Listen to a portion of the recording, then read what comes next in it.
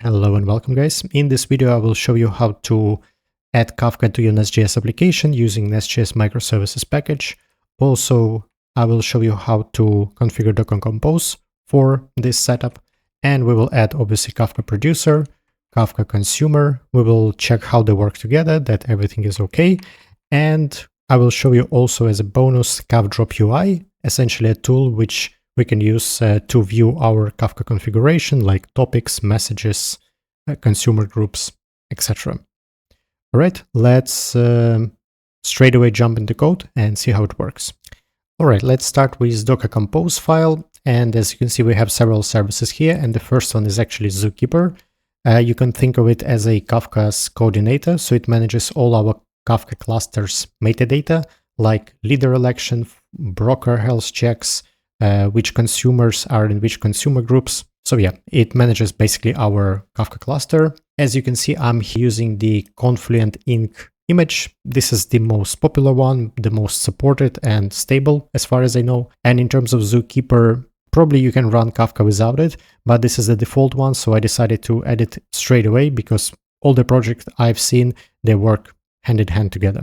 And the next service is obviously the Kafka one. The most important part here that we have connection to Zookeeper to the same port as we mentioned in Zookeeper service. And the last one is Kafdrop. You can think of it as a front end for our Kafka cluster. So here we will be able to view all our Kafka settings, view our messages, topics, etc.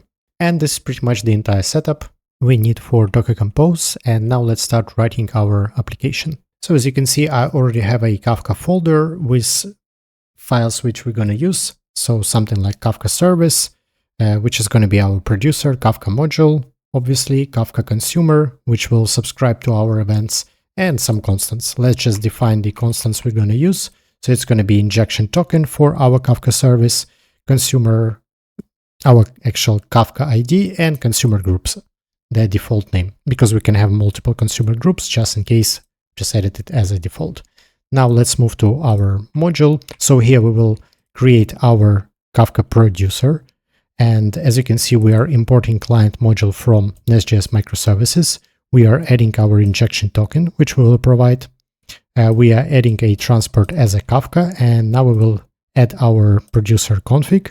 So we allow topic creation, max and flight request just one for practicing, and this is just default partitioner, otherwise you're getting some warnings in the console.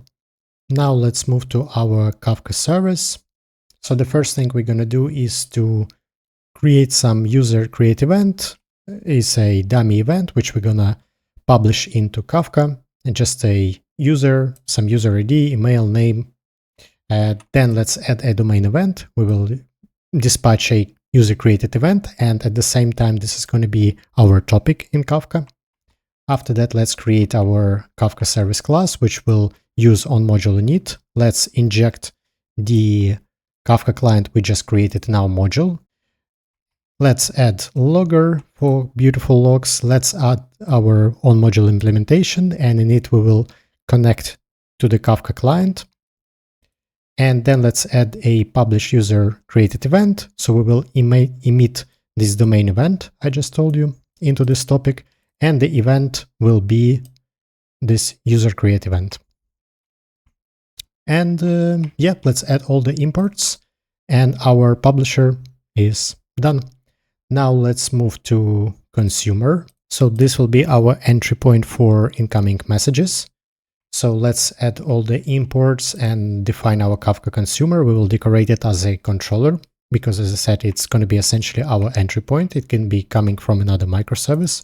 Let's add the logger, and the important part, yes, we will decorate our handle user created event with event pattern, and we will specify here domain event. So essentially we are subscribing to this topic, right? And we are publishing into this topic. So we will receive all the messages from it. And yeah, this is a nice decorator which is provided by Nest Microservices. So we don't need to pretty much do anything. It will happen automatically. All right, so this is pretty much our consumer. I've added as well process user creation. This is just a dummy function which will write sleep for 1 second to simulate like a database operation or something similar. and then we are just logging the information into console. And this is pretty much the entire Kafka setup already done. Now let's just connect all of that. We will add an actual controller which will receive HTTP requests. We will import into it Kafka service, which is going to be producing our messages as well. So now we need to receive the message itself. As you can see, I have as well create user DTO with just email and name. And now let's add mapping into user created event, which we are expecting in our publish user created function. And let's just return that success is true and user ID. Right. So controller is done. And now let's add everything into our app module. So here we will import our Kafka module. Kafka consumer will be in controllers, and I've just added a config module as well, so we can process our variables from .env in case if we need them. And I've also realized just now that I forgot to import Kafka service. Yes, we need to add it into our Kafka module. And now let's move to main.ts.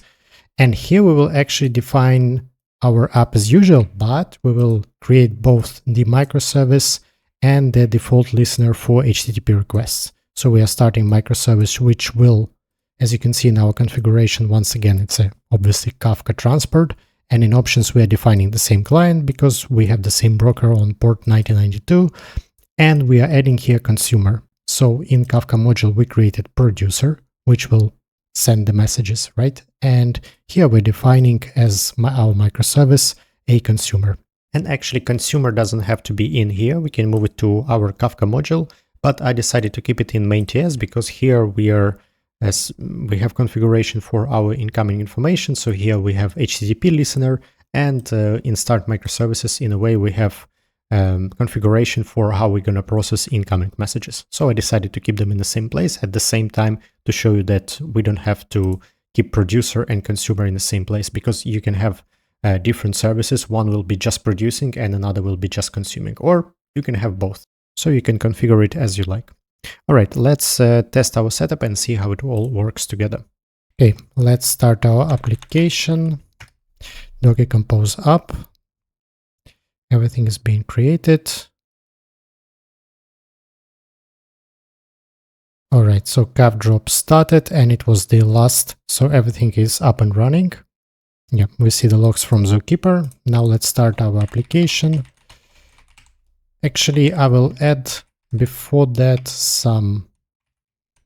I will add a debugger so we can see the entire flow. I will add it in the publish event. I will add it in the emitter, and I will add it in the consumer as well, so we can see that we are receiving the message. Now let's start our application. I will add actually another terminal in here. If you see some warnings, it's absolutely fine, right? We are just connecting. Kafka is making connections, and there are sometimes errors in case if something didn't start up, but then everything should be working fine. As you can see, right? NestJS application started and Kafdrop UI connected as well. If it wouldn't connect if Kafka wasn't running. All right, now let's just send the request to our HTTP port. So I'm sending post request with just some dummy email and dummy name. Right, let's see what's happening. So we received the request, as you can see, the one we just sent it. And now we are emitting user created event, into user created topic and the event, which we just mapped. And as you can see, straight away, we received it in a consumer. And yep, this is pretty much it. As you can see in the logs, we received everything as well.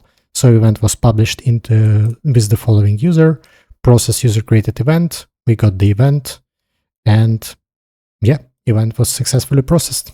And the final thing I wanted to show you is Kafdrop UI. Essentially, this is a view into our Kafka cluster.